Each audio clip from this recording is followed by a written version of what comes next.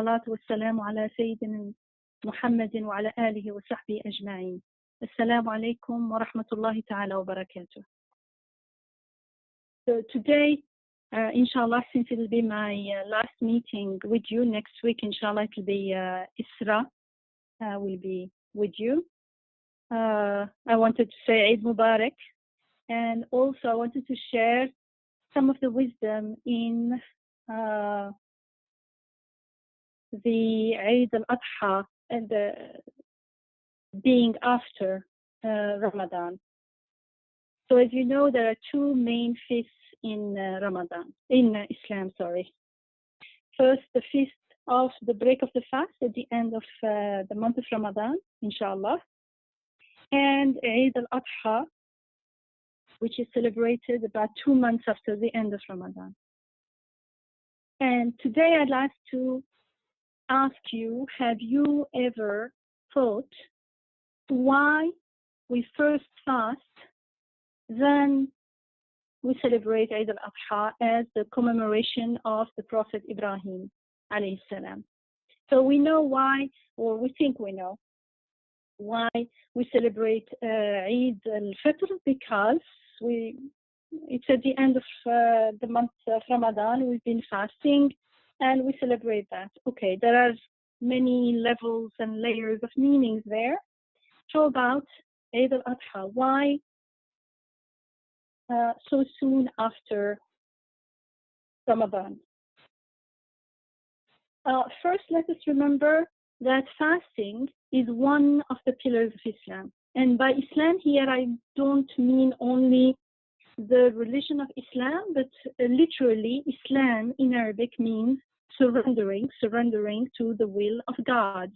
So I'm using Islam in its primary meaning, which is to surrender to the will of God. Or it's actually an ing word, it's the process of surrendering to the will of God. And we often heard that fasting brings about spiritual fulfillment, and then the month of Ramadan is a month of blessings. But very often we hear that, but why is that? Have you thought about it? And I know that we did reflect about it every year during the month of Ramadan, but it's good to remind ourselves, and each time we're reflecting on these issues, but from a different perspective, inshallah. So what happens when we fast? What is so special about fasting? There are hadith about fasting. It's like something very special is happening when we are fasting. Often people say that when you fast, you remember the hungry, you share with them. And it can be correct. However, it depends. It depends on who is remembering the hungry and sharing with them. Because I think if we don't understand the true meaning of fasting, and fasting, if we understand fasting is only abstaining from drink and abstaining from something, and we understand the abstaining at a very superficial level, it seems like we're sacrificing something, and we may end up thinking more about food all day, because we focus on our hunger, and then about the food, either as a kid about what you're going to eat, or as a mom about what you're going to cook. And people invite each other, which is nice, but sometimes we forget about the goal and the purpose of inviting each other, of tawasaw bil-haqq and tawasaw bil-sabr, to remind each other of the truth and of perseverance in the path of truth, and it becomes about the food. And so we may become even more self-centered and actually forget about the poor and the needy. How do I remember this? Especially because as a kid, I used to think of the month of Ramadan as the month of eating nice food, more than sharing with the poor. And I remember this especially because one day one of our teachers asked us to write an essay on why we fast and how it helps us remember the poor. And the teacher was not a Muslim.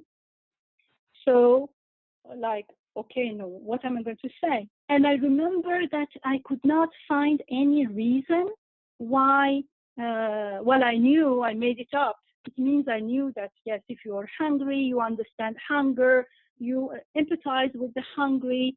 But afterwards, I felt like hypocritical. I felt like that's not what I do during Ramadan. Like, I am more focused on the food itself than on the hungry people. I was a kid, but it tells something about how the kid is perceiving what's going on. And so a long time passed since then, and now I want to share with you, as much as I can express it, my understanding and my feelings of what why fasting is so important and what happens when we fast and why it is so special. And so here, when I'm going to use the word Muslim, I mean those who strive to surrender to the will of God consciously, mindfully. So when Muslims, conscious Muslim, people with taqwa, with ihsan, who live, who are aware to different degrees of living in the presence of God, when they fast, they realize best how weak they are and how fragile the human body is. When we fast with this consciousness, we realize that we are so needy, we have so many needs, and we are so dependent on so many things that we don't even think of usually.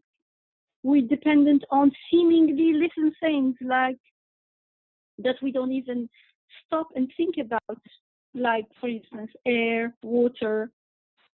And it's a situation that makes us wonder who we truly are. This vulnerable, this fragile being that is without water, without food. By the time it's Maghrib, we are so happy so grateful to have access to it. And can you imagine if we had to fast for longer, for the whole month or something?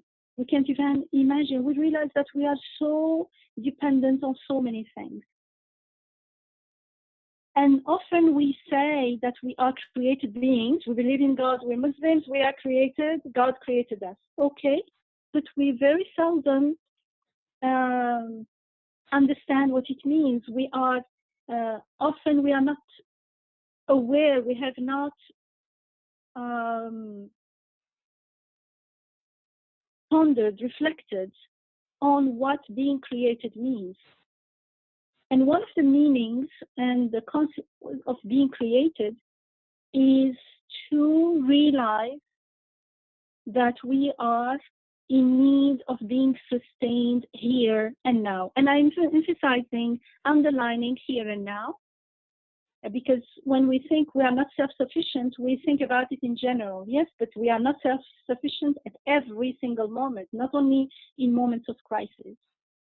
And this is one, it's very important, because when we are in a state of ghafla, of a mindlessness, and we forget about who we are and our true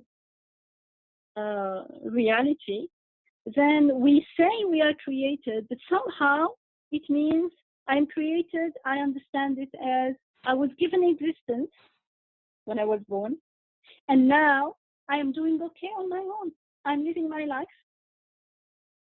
But the truth is that I am dependent on so many things beyond my power, beyond my control. Right now, all the time, continuously, constantly. Yes, I need air. I need air all the time. But that's not only what I need. I also need to be able to breathe it. It's not like I need air out there. I need the air out there, and I need to be able to breathe. And I don't know how to breathe on my own, and I have no control over my breathing. So the more we reflect in this way, the more we realize that life is so fragile. I am being sustained right now. This is, I make shahada that I am being created, and therefore someone is creating me right now, here and now. Otherwise, it would be just a claim if I've never witnessed it. So back to our needs. So he said, when we fast, we realize we become more in touch with our needs. And hunger is only one of them, and we realize we have hunger to so many other things. So hunger becomes our unit of measurements that we compare. We become aware of all the other needs we have, and our needs are countless, even if we are usually not aware of them because we take them for granted. We take those needs, we take it for granted that they are being sustained and taken care of. Another thing that we may realize while we're fasting at another level is if I am created, it means if I am being sustained, I have needs that, lo and behold, they are being taken care of. Then I have needs, then by comparison, I can deduce that everyone and everything else is like me. They all have needs and they're all being taken care of. And I look around and I observe and reflect, and I see that everything is like me. It means everything is created with all of their qualities. It's not like I was created one day and now I'm carrying it on my own. No, I'm being created right here and now, and therefore, because we see everything else in our own mirror, I realize that everything is being created here and now. With all their qualities, they are being sustained. Everything belongs to their maker alone, to their Rabb. And so this is the beginning of the process of Tawheed, which I often talk about. And Tawheed is this realization when I start living that this is the reality. This is the truth. Tawheed is not a dogma. It's not a belief, an abstract belief. It is our lived reality. And when I start perceiving the world as it is, I start also experiencing it. And Tawheed becomes, because Tawheed, the word in Arabic means unifying, making one. That process I start living. And this is the beginning of the process of Tawheed, which is an ongoing process of realizing and living and experiencing that absolutely every single thing, everything, all beings, all qualities, all what exists belongs to God, belongs to Him and only to Him. So Tawheed is not only to believe in one God, usually people think, as opposed to two or three. I don't believe in two and three. No, everyone believes somehow in one God, even if they're not clear. Rather than two or three, one as opposed to two and three, it's one in the sense of 100%. 100% equal one, because 100% means 100 divided by 100, and that makes one. It's whole, totally. There is only one single source. So it is to realize that all lovable attributes of perfection belong to the Maker, to God, to our Rabb, to the Rabb of all beings, Rabbul Alameen, alone, and not to anything else, not to the things themselves, not to life does not belong to me. My seeing doesn't belong to me. And therefore, you start going and going, and you realize that everything is given to me, and nothing belongs to me. And it is when I start realizing that they don't belong to me that they start functioning as ayat, indicating their true owner and making him known to us. Because we realize that everything, they all belong to God, to Him, 100%. 100% is one. That's the Tawheed, the one of Tawheed. Because if we're thinking as opposed to two or three, we still, it's not wrong, it's correct, but we're still at a very preliminary stage. and we have to go forward. We have to move on. Otherwise, the gate will be wide open to shirk. And so in the Quran, we are taught that Tawheed, how are we taught Tawheed? We're told in, for instance, in the famous ayah, in Surah Taha, Surah 20, ayah 8, Allahu la ilaha illahu lahul asma'ul husna. God, there is no deity, nothing being worshipped except Him. To Him alone belong the beautiful names of perfection, the attributes of perfection. So can you see what it means? It's saying God. Who is God? It's like a formula. God is the one, there is nothing other than Him that deserves being worshipped or being loved. It means He's the only one who deserves to be loved and worshipped. Anything else you see that you think can be loved for itself, either you are committing shirk, you are unaware, or something is wrong. It can't be. Then He can't be God the 100% if something else also can be loved. Why? He said, why only Him? Why nothing else besides Him? Because the beautiful names, the attributes of perfection, anything that is worth worshipping and loving and adoring belong to Him only. So whatever you see you like, you think it's worth loving and worshipping, it belongs to Him. If it doesn't take you back to Him, you're doing your math wrong. And usually we do that mostly because we are unaware and we are not reflecting. We're just taking things at face value. We're taking them for granted. So with fasting, we get this opportunity to experience Tawheed if we reflect on the meaning of fasting. And so when we fast this way, we're hungry. For instance, I'm giving an example. The food tastes good, and so we're more likely to appreciate the value of food. And we realize how precious a gift it is, and we are filled with gratitude. Now, once we are filled with the gratitude, there are two ways. وَهَدَيْنَاهُ النَّجْدَيْنِ. We guided him, we inspired him towards two ways. Either I'm grateful to the food itself. Great, I love this food, I have to get more of it, and I'm stuck in the food.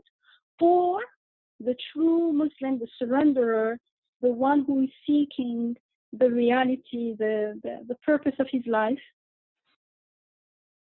is grateful for the food, and clearly this food is, like everything is given to me, the food is also given to me, and the taste, whatever makes the food is also a gift. The food cannot sustain itself, cannot create itself, cannot give existence to itself.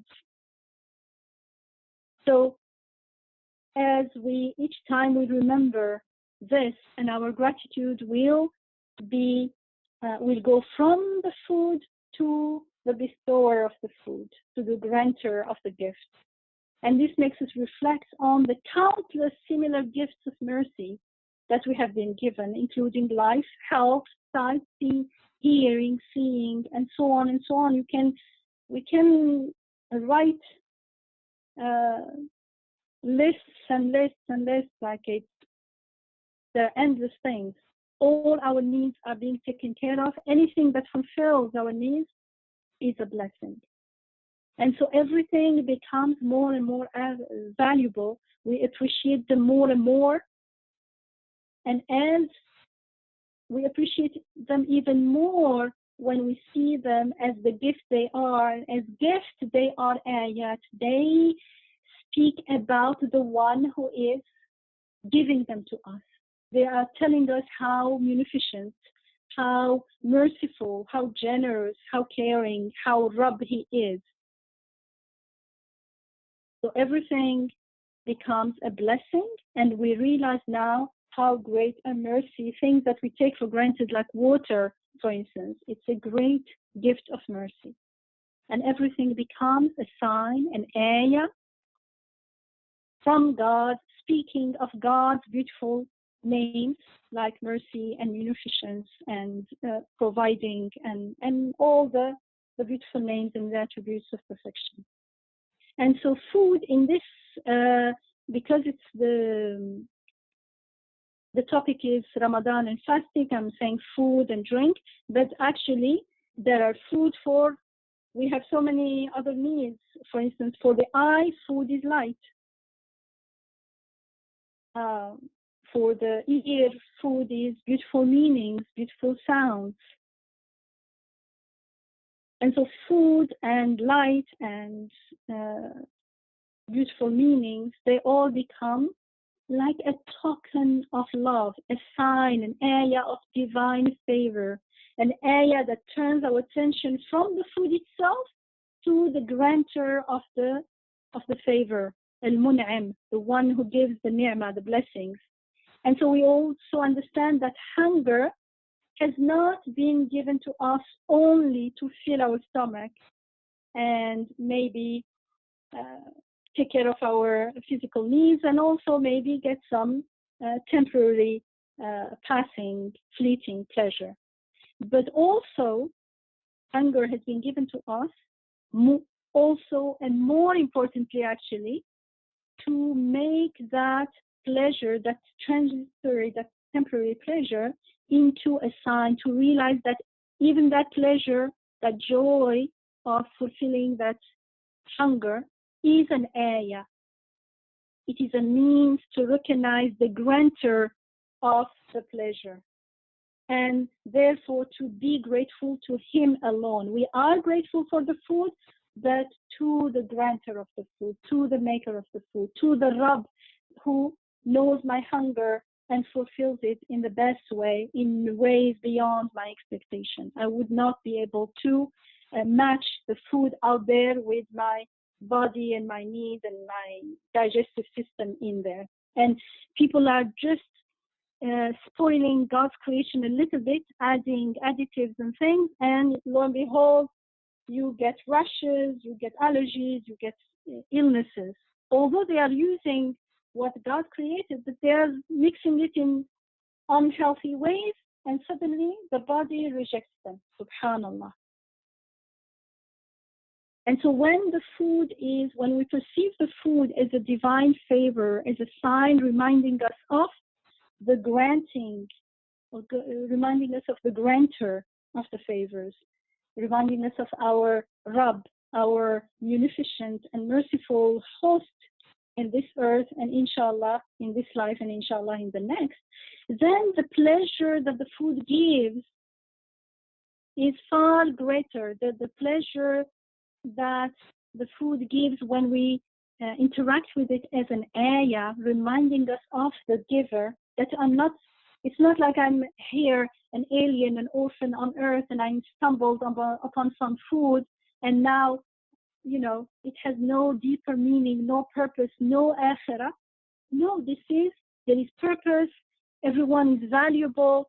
Everyone is created everyone and everything is created on purpose, and the food is given to you by your host, Rabbul Alameen. You're so valuable. You are an addressee of the divine, and you become this honored guest, this honored creature, and you get to, the food starts speaking to you, and it's making this tasbihat and glorifying God and telling you that the source is infinite, and what you see here is transient, but the meanings it carries, the meanings and the beautiful names it reflects and reminds us of, and it points to, are all eternal. And that's what we've been created with, this longing for eternity, for eternal meaning that lasts and purposes that last.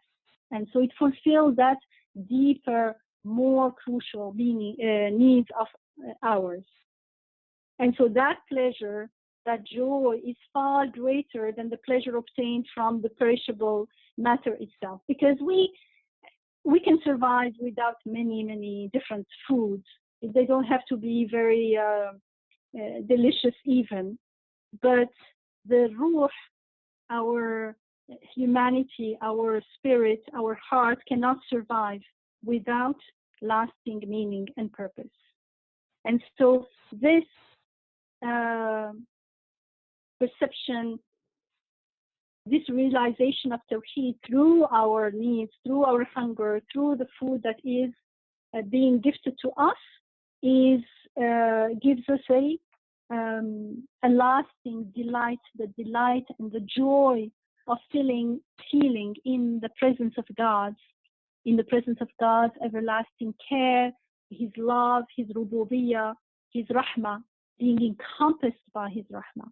And this joy is the essence of worship, of ubudiyyah, and therefore whatever you do in a state of ubudiyyah becomes ibadah. And it is the seed of the pleasures of paradise. It tells us about, we can't imagine, but like this is a seed.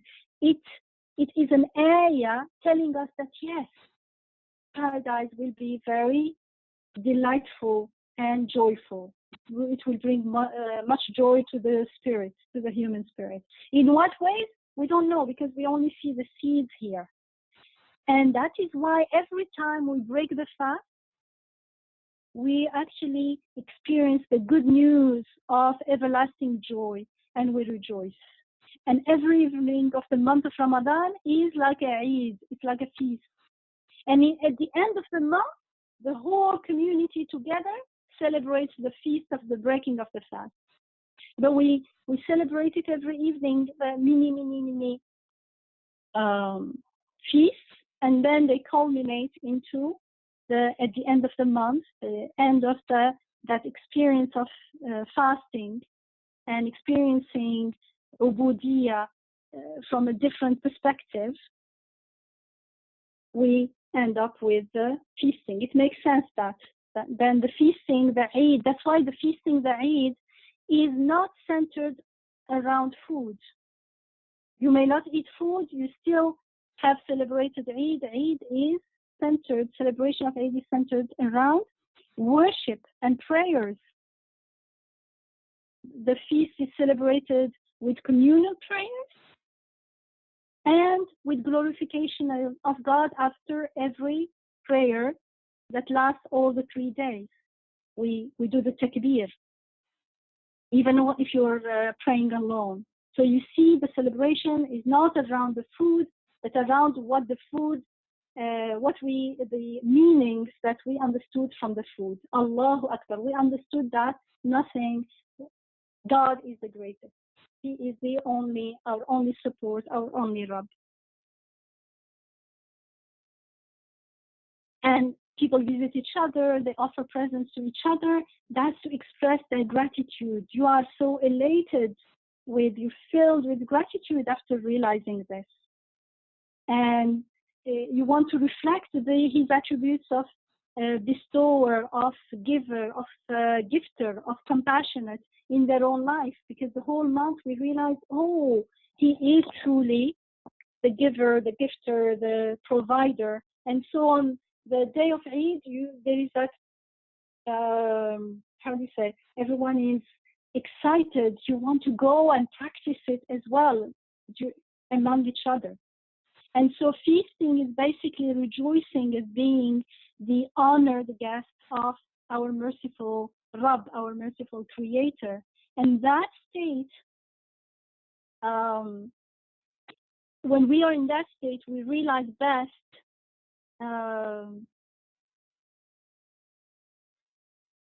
that we are the honored guest.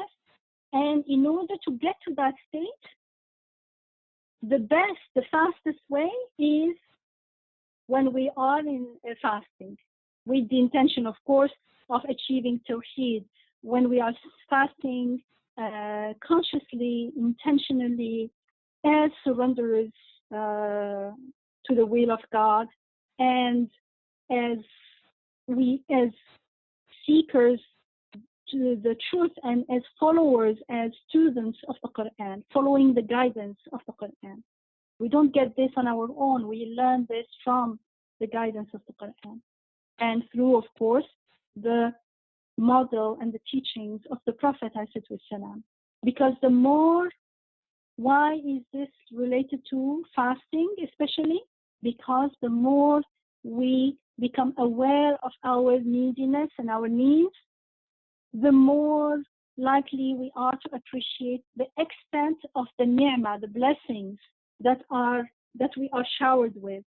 And the more likely we are to be filled with gratitude to the compassionate creator, to the gifter of the blessings, al-mun'im, to the provider, al-razzaq. And so those who surrender to this reality, this al-Muslimun, al-Muwahhidun, al-Muhsinun, they proclaim Alhamdulillahi Rabbil Alameen. Praise and thanks belong to God alone, who is the Lord of all worlds, Rabbul Alameen. He is the Lord of all gifts, all blessings, the Lord of everything we can think of. And this is worship. This state of being, not only our words, but our state of being is a state of worship, because praising our merciful Creator is the essence of worship. We talked about it when we did Surah Al-Fatiha, if you remember.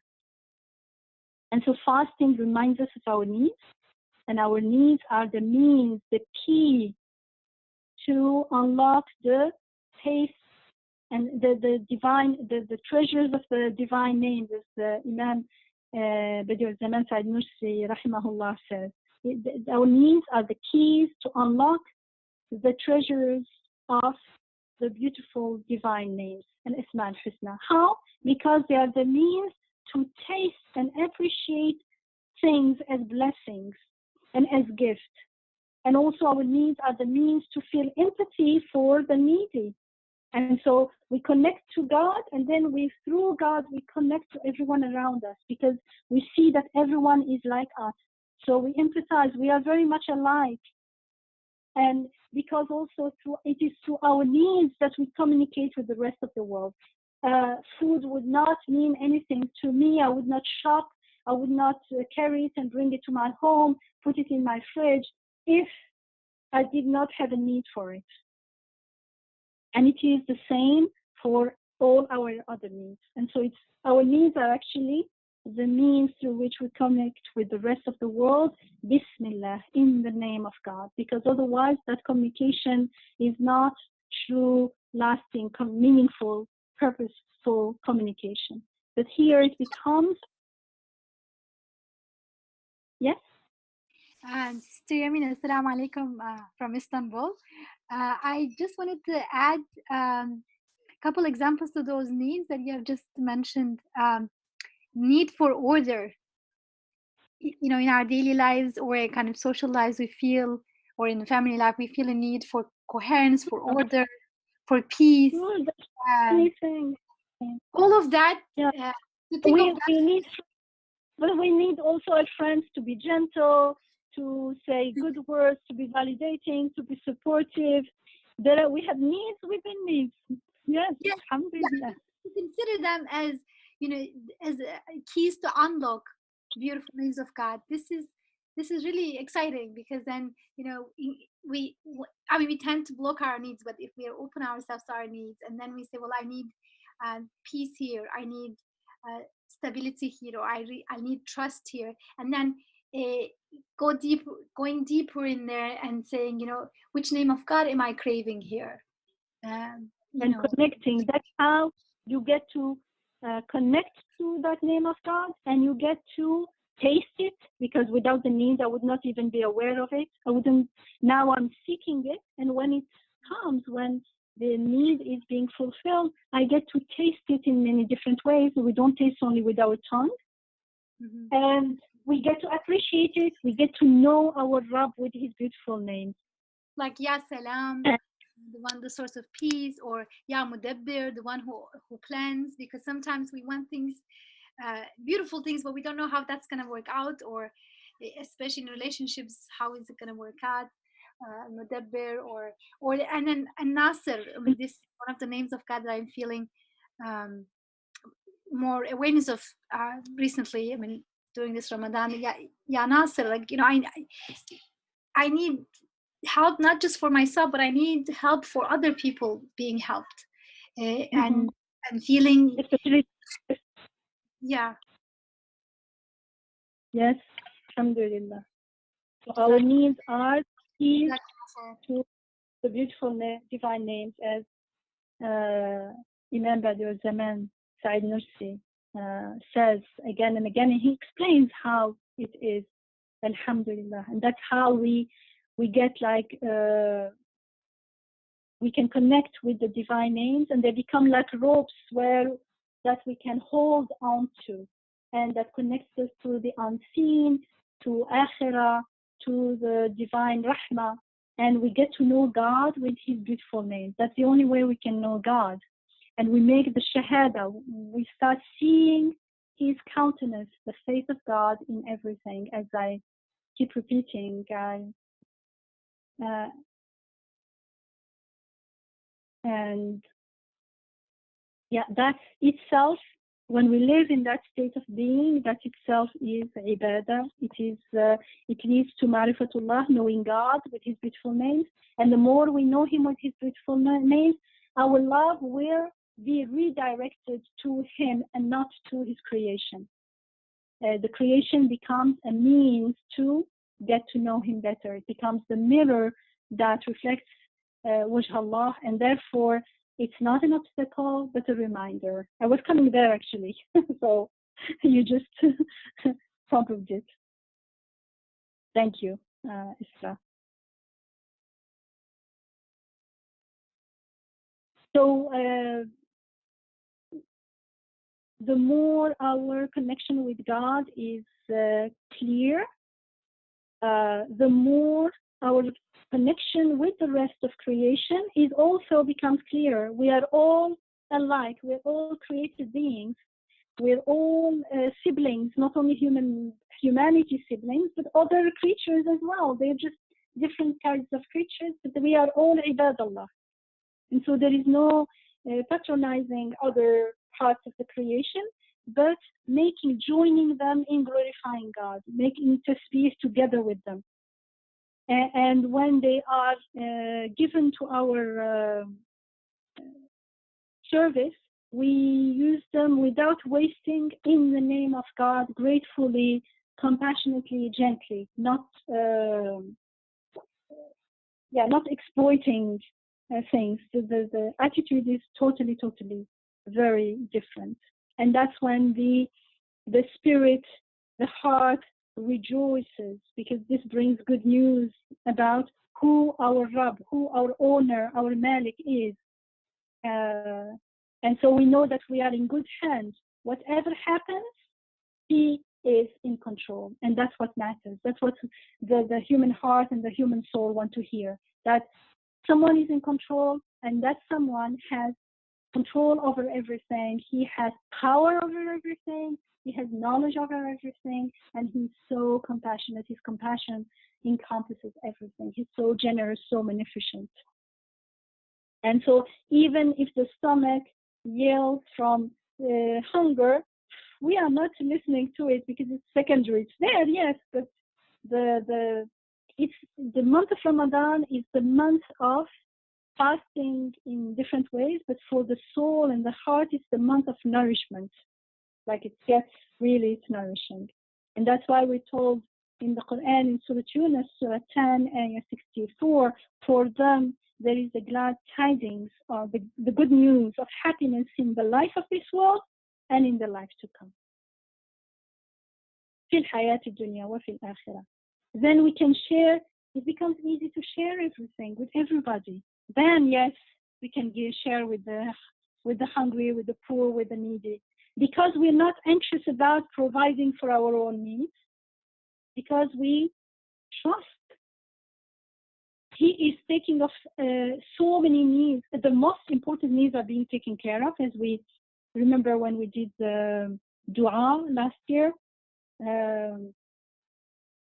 The most important things are being taken care of, and just small things are left to our care for us to realize that everything else is being taken care of. Not because God needs us to do something. And so with that trust, with that knowing, with that iman, with that yaqeen, with that certainty, we are not anxious about providing for our needs. We trust our merciful Creator because He's already taken care of them, and He is taking care of them. And so it's the end of that ego-centered perception of the world, that egotism, and we're liberated from that illusory world of the ego, the illusory misperception, false perception of the ego that imagines to be in control of life and events, and that's totally untrue. We are not in control of everything. I can fall dead right now and no one and nothing can stop it. Bi-idnillah. My ajal is in the hand, my life is only in the hands of my Rabb and nothing else.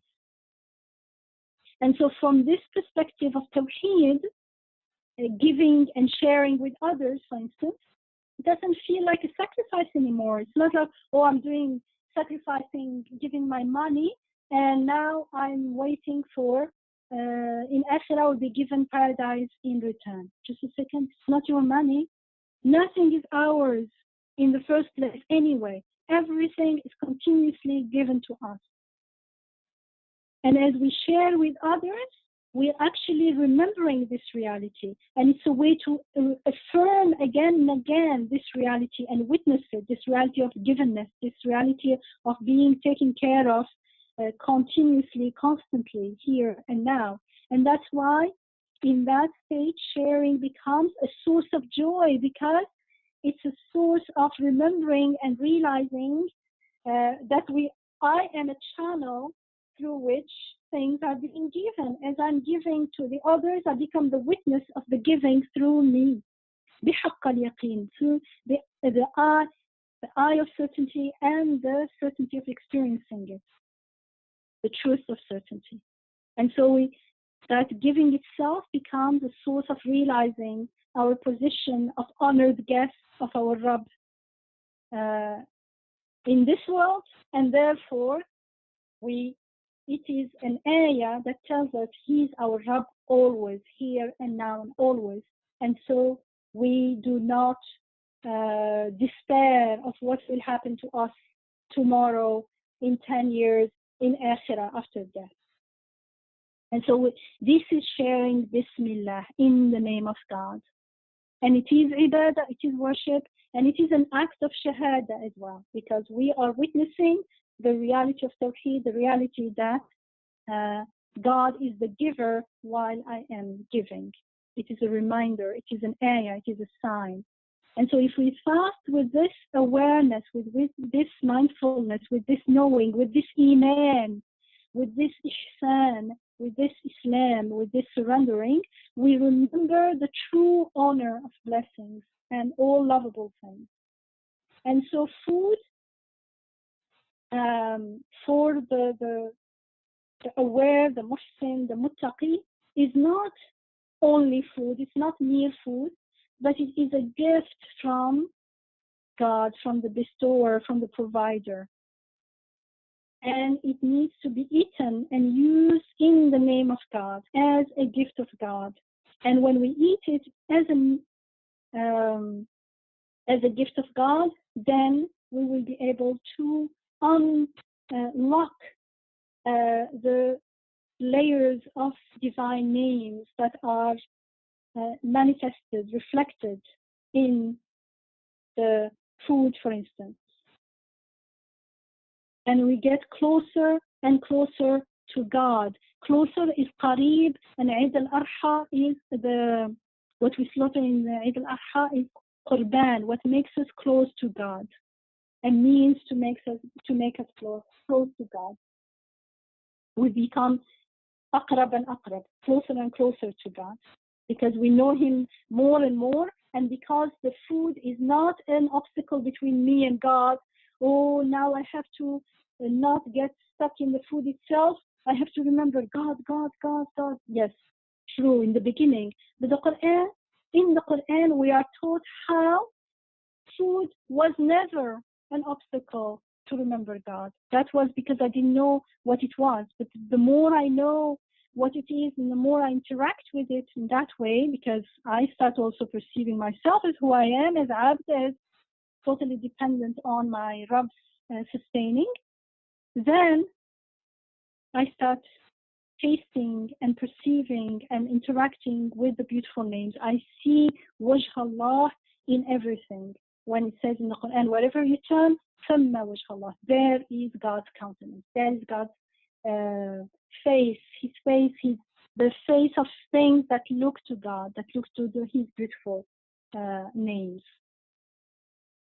And so it becomes, I don't have that fear that things will block me from God, because they actually are the mirrors, the signs, the channels that take me back to Him, that tell me about Him. And so when we love food and interact with food in the name of its maker, Bismillah, Bismillah Khaliq, who made it lovable. He's the one who makes it lovable and offers it to us as a gift of love, as a gift of friendship. So eating itself becomes ibadah, a worship. And if we love things for themselves when we are in ghafla, if we imagine that the qualities that make them lovable are inherent to the things themselves, then we can say Bismillah at the beginning, Alhamdulillah at the end. It's not our intention to make them into idols, but we are making them into small idols. Because love is a kind of worship. And the love of idols, the worship is a kind of worshipping idol. It's just the opposite of Tawheed. It leads to shirk. It means I need the food itself. I don't see a connection with my Rabb. He's not my Rabb there. My Rabb is the food.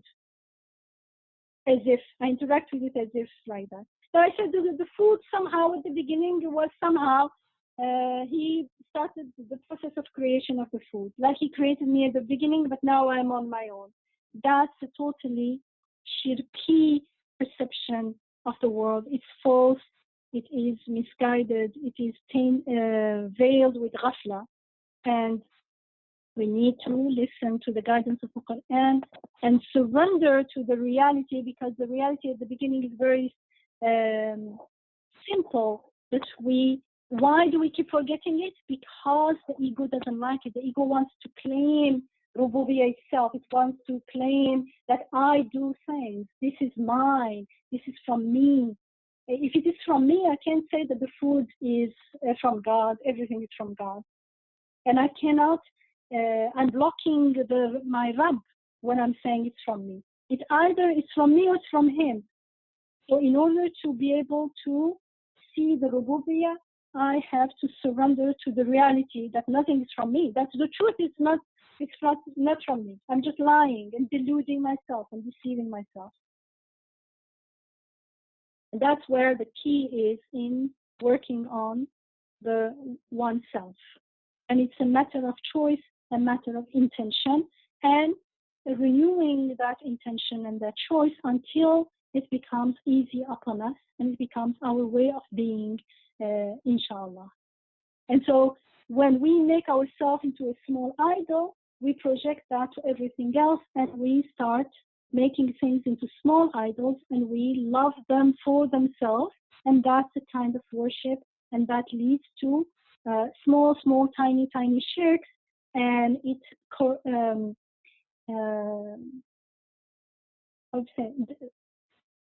when there is bad air, what do we say? It pollutes Tawheed.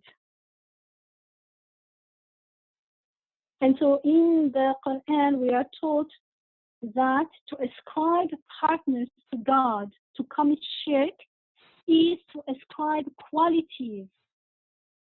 The qualities that are manifested on things, that we see on things, we ascribe them to the things themselves rather than to their maker. For instance, we see a beautiful flower, we say the flower is beautiful. I love beautiful flowers. I need beautiful flowers in my garden.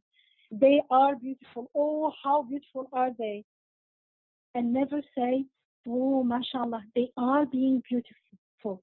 How can this unconscious, ignorant, unseeing thing make itself beautiful. It doesn't even know what's going on. Whoever is making it beautifully. Ya Jameel, he is, you are the beautiful. You create beautifully.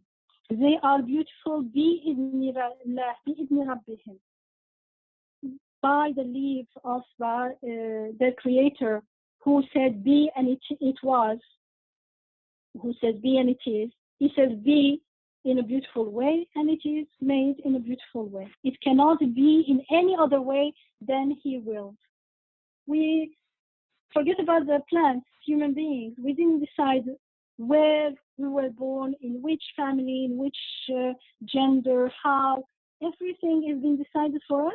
Yet, lo and behold, we can be so arrogant and so ignorant as to forget all that and claim things to ourselves, and therefore attribute qualities that we see on things to the things themselves. And that we are told in the Quran, يُلْحِدُونَ فِي أَسْمَائِهِ.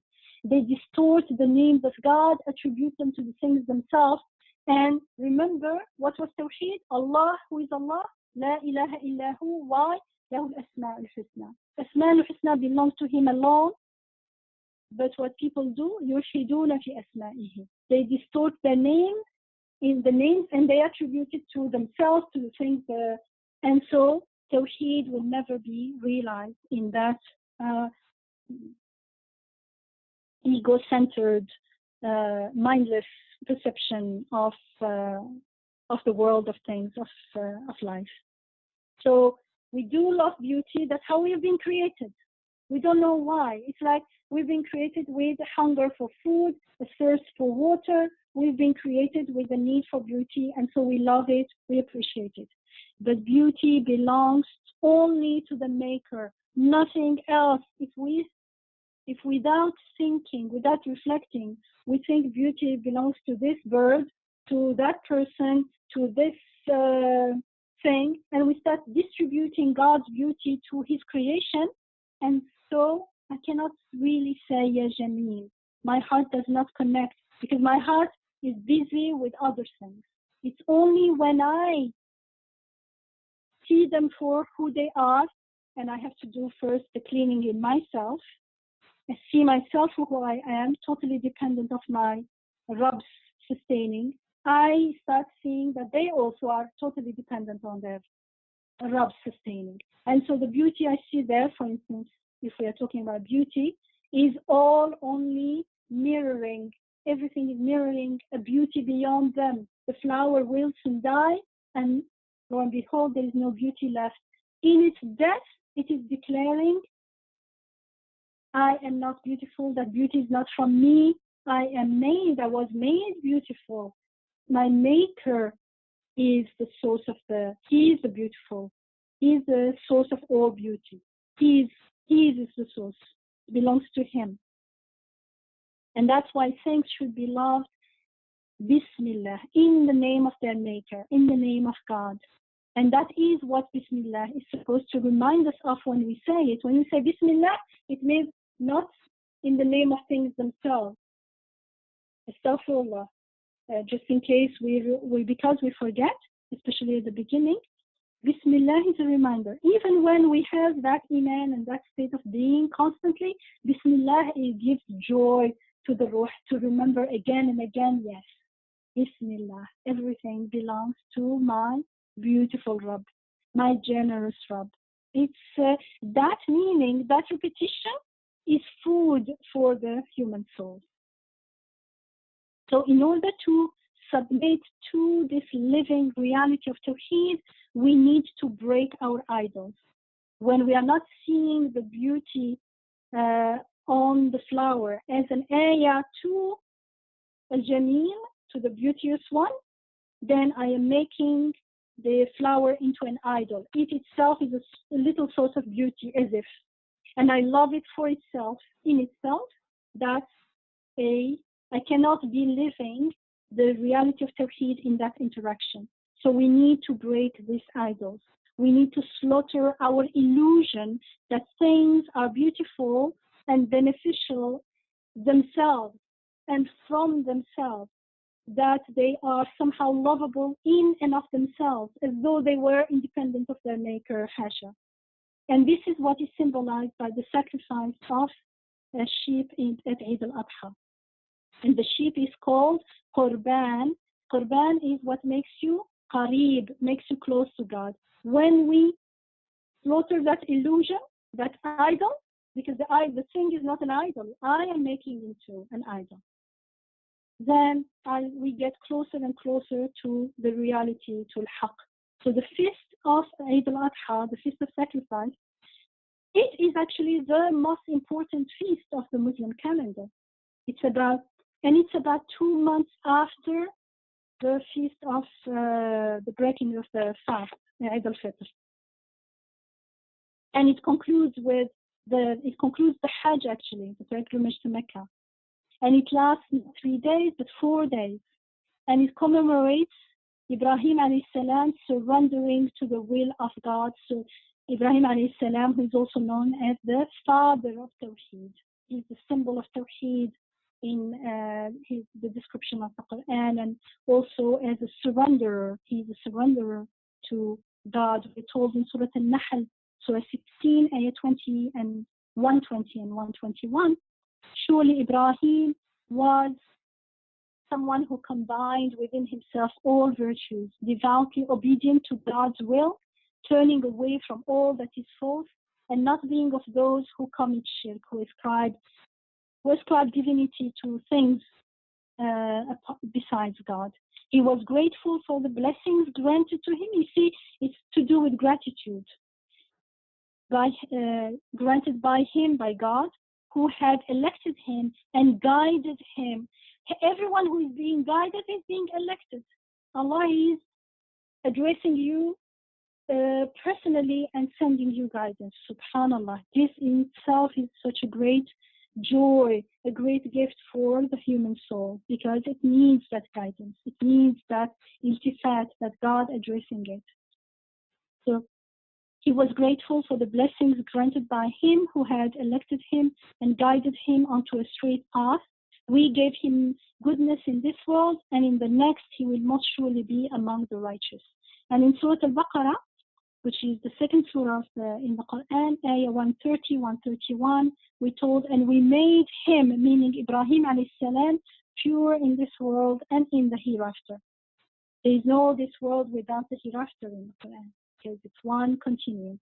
He is most surely among the righteous. When his Rabb said to him, surrender yourself unto me, Islam.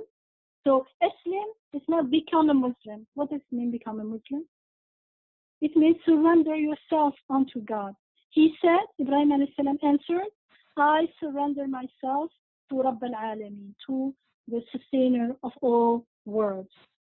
So Ibrahim alayhi salam, what is he known for? He was the one who destroyed all the idols that his people were worshipping, including his father. So he destroyed idols in the outer world, and he knew that nothing besides God was worth being worshipped. And ultimately, he was tested with his son because he had to learn to destroy all idols in his inner heart. We start from the idols outside, and then the more subtle idols inside, so that all love will be for the sake of God alone. You love things, you love your family, but Bismillah, in the name of God. And so how was he taught to destroy all idols in his inner heart? Not by renouncing the world physically, as he first thought. He first thought that he had to get rid of his son. We told in the Quran that God accepted his intention, but he taught him that the renunciation is metaphorical. The world, because why? This is very, very important, because the world is not an obstacle to the love and worship of God. Actually, it's quite the opposite. Everything is an ayah making God known, revealing his beautiful names to us, revealing his attributes to us. So the problem is not with the world. The problem was not with Ibrahim alayhi salam's child. The problem is with our perception of the world. When we never reflected, we never paused, we never thought, we just take things for granted. That perception is a misperception. It is a false perception, misguided perception. That perception is the problem. That is that illusion that needs to be corrected, that needs to be thrown away, slaughtered, and so that the reality will appear, because that misperception, that illusion is like a veil that blinds us to the reality. And so the problem is not in the world, with the world itself, because it's created as ayat, reflecting the divine, the beautiful names of God, reflecting Wajh Allah, as we are told in the Quran. They are all His ayat, ayatullah. The problem is with our perception, with our illusion, and therefore with our misguided relationship with the world. And so in the same way, the problem was not with Ibrahim alayhi salam's child, but with the nature of Ibrahim alayhi salam's love with his child. And because he was a surrenderer, he embodied the guidance that was given to him, and he became like a teacher through his life. His life experience is a teaching for us, is a guidance for us too, and that's why we told the story in the Quran. So God taught Ibrahim alayhi salam that the solution was not to kill his son, but to love him, Bismillah, in the name of his maker, of the child's maker. And Ibrahim alayhi salam surrendered to God's will because he knew, he trusted that God, it is God that made him love his son, and he trusted God's infinite mercy and infinite wisdom. And so God taught him that in order to confirm the reality of Tawheed in his life, which is, in this case, to love God only and love everything else, Bismillah, for the sake of God, as gifts of God. So he learned that he did not need to leave the world to renounce his son, but rather he had to love his son in the name of God, Bismillah, as a gift from God. And so he didn't have to renounce the world, or we understand from that, we don't have to renounce the world physically. Otherwise, why was the world created in the first place? And how would we get to know God then? Not by imagining him, we can't imagine God, but by witnessing his signs, the signs of his creativity in the world, in the horizons, in the outer world, and within ourselves. He shows us his ayat in the world and within ourselves. And only by witnessing God's works of mercy, God's creativity in the world, God's signs in the world, his ayat, we can get to know him and love him and worship him. Know him with his beautiful divine, beautiful names, his attributes of perfection and ihsan. And here I repeat, because it's so important, the world is not an obstacle to our relationship with God. On the contrary, everything in the world is speech, as I said last time. It's a speech telling about God. It is glorification. It's glorifying God. It's making tasbihat. It's proclaiming the divine names to us.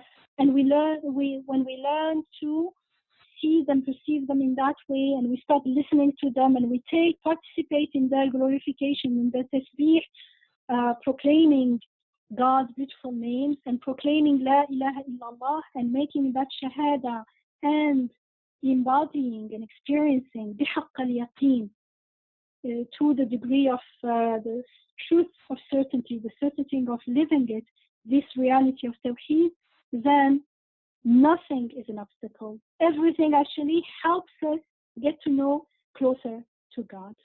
When we slaughter our illusion that takes us away from God. And that's the symbolic slaughtering of the sheep at Eid al-Adha. And in the beginning, it seems like a sacrifice because the ego wants to cling onto those false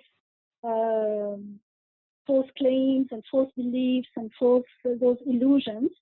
So we say, even if it sounds like a sacrifice, I'm going to do it. And the more we do it, the more we start really, we free ourselves from those limiting illusions, and we get to experience the reality, and we start living at the level of the heart and the soul, at the level of who we truly are as Ibad Allah, and we start enjoying God's rububiyyah in everything and His divine names in everything, which are food and water and air, like food, like water, like air for the human heart and the human soul.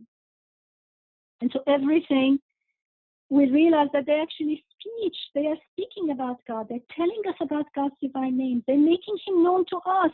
So there's no need to get rid of them. We get rid of our misperception of them. That it was that misperception, that ghafla perception, that was the obstacle to getting close to God, not Allah's creation. Allah's creation are His ayat, His mirrors. They mirror His beautiful names. And so this revelation is also the occasion of a great feast. And that's why, we pray, we worship at Eid al-Adha. Again, what is at the center is prayers and worship.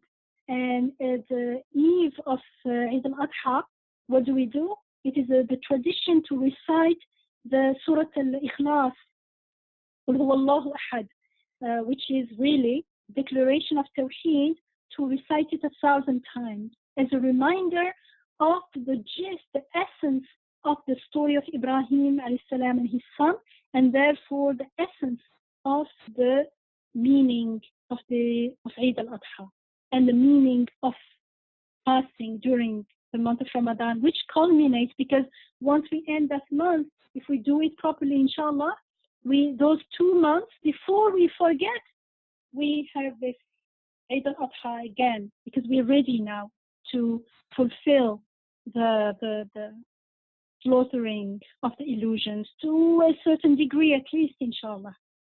And so we also repeat the words Allahu Akbar again, like in the Eid al-Fitr. God is the greatest for a few days after all daily prayers. And so in this sense, we are fasting in Ramadan. One of the meanings of fasting, well, I'm not going to go there because we don't have time. There are 2 words used in the Quran, Sawm and Siyam. So here it's not Sawm, but Siyam, from idolatry, from shirk, from committing shirk. And that leads us to feasting. The more we consciously fast from shirk and idolatry, or making things into small idols, the more our ruh, our heart, is feasting and rejoicing at God's friendship, at God's love, at God's closeness to us. And this is what Tawheed, the reality of Tawheed, is about. And let us remember and keep in mind that Tawheed is the main purpose in the teachings of the Quran.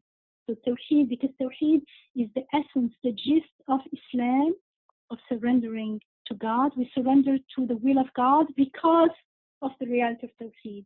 And it is the gist of Ibadah and Ubudiyyah. And it is the gist of fasting and the gist of feasting during the Eid al-Fitr, and especially during Eid al-Adha. سبحانك لا علم لنا إلا ما علمتنا إنك أنت العليم الحكيم وآخر دعوانا الحمد لله رب العالمين اللهم أرنا الحق حقا وارزقنا اتباعه وأرنا الباطل باطلا وارزقنا اجتنابه. Since I won't be in direct touch with you again, I again wish you Ramadan Mubarak, and especially these last days, inshallah. May Allah accept our prayers, and Eid Mubarak, inshallah. May Allah put lots of blessings and barakah in our Eid. Thank you. Thank you. Jazakallah khair.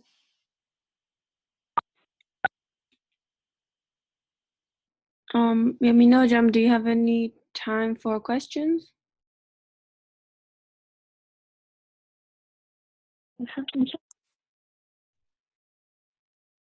Inshallah, yes.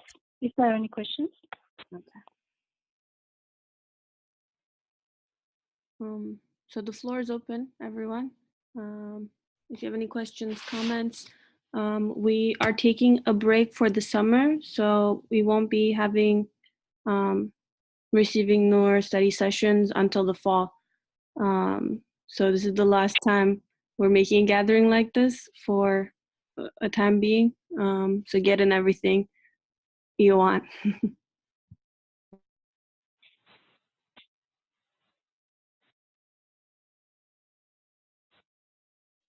We'll Also, have. I missed because Isra was going to. I'm just going to say that we will. This is our last session with Dr. Yamina, so that's why it's especially special. Receiving Your Study Circles will continue one more week, inshallah. I will be I'll try to present something, inshallah. So we'll have one more Ramadan study, but this is the last time before the summer break with Sister Yamina, and then after the summer break, inshallah, Receiving Your Study Circles will continue.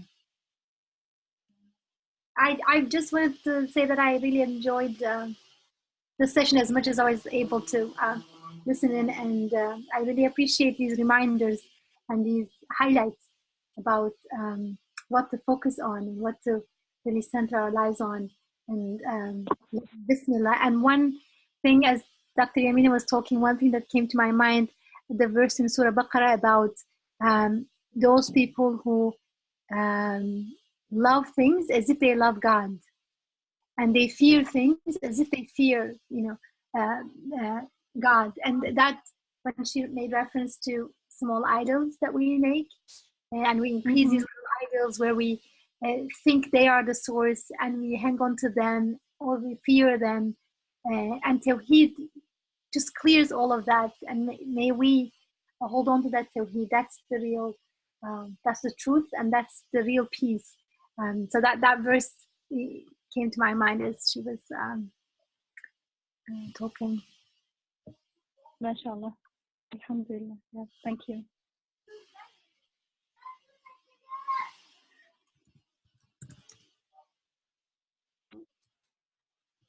Yamina Jam, there are also comments in the chat that you might not be able to see. So Sausan and Anne just said thank you, Jazakallah khair. So if they want to write in the chat questions, I can also read those out loud. Sure. Because I'm not familiar with using the phone.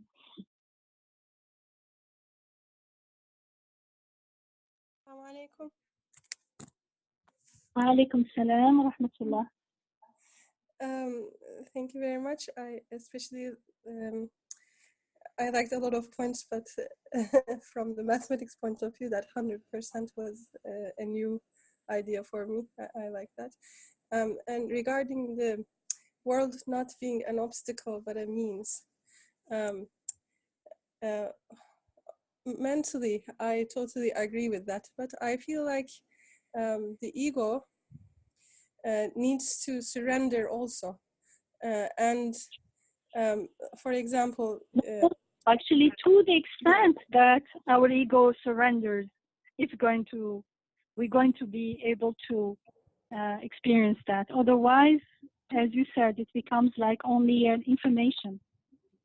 Right. So for me personally, I have a great weakness with food, and for example, when I see chocolate, I find myself staring at it the same way that the cat stares at the squirrel in the backyard, like completely loses everything, and just, I want to eat that and nothing else, like just completely loses all connection.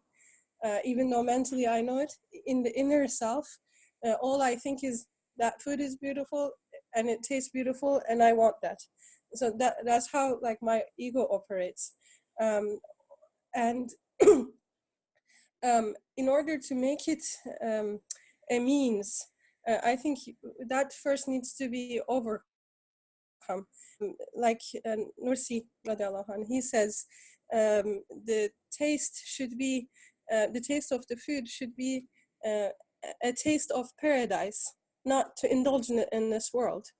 And if I am starting to indulge, or if I start to eat too much because I fear tomorrow I will be hungry when I'm fasting, or I feel like if I eat a lot more, that will be the one that will sustain me during my fasting.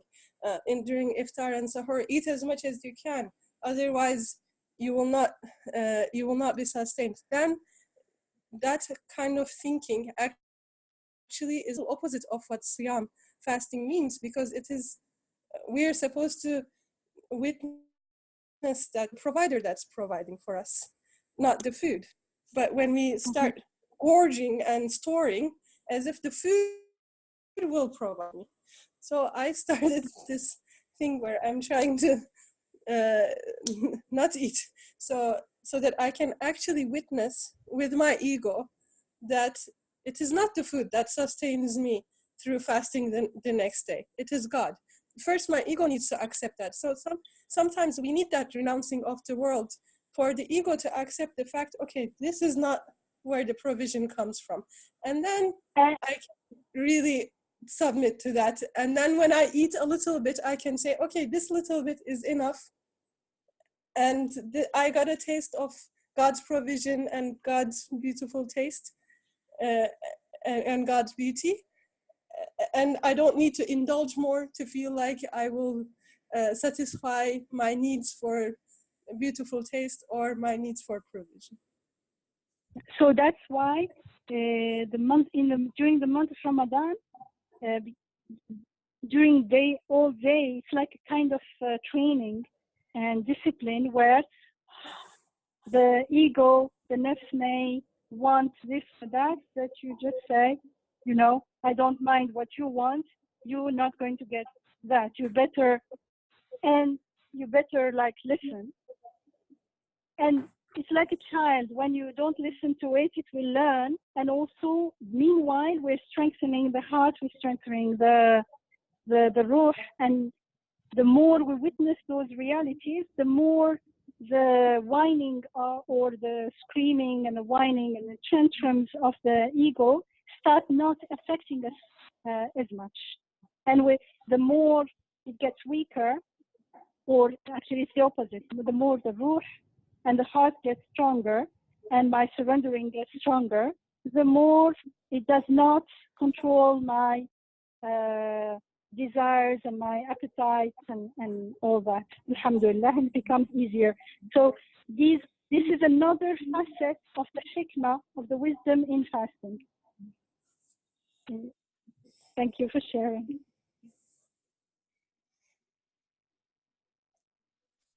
Thank you. And I just wanted to read one of the comments here.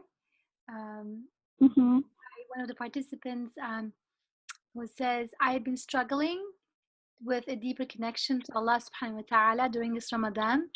The last few talks have really been helpful. Jazakallah khair, Dr. Yamina. Alhamdulillah, هذا من فضل ربي. Alhamdulillah.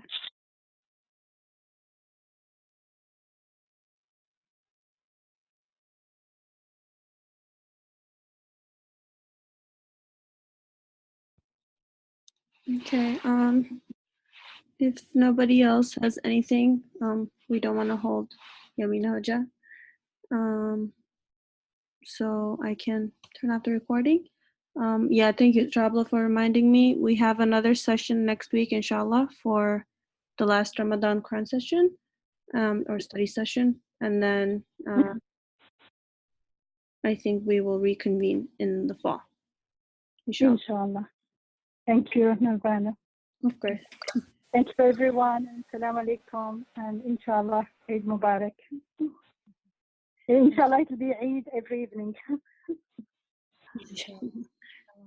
Jazakallah khair. Jazakallah khair. Wa alaikum wa rahmatullah.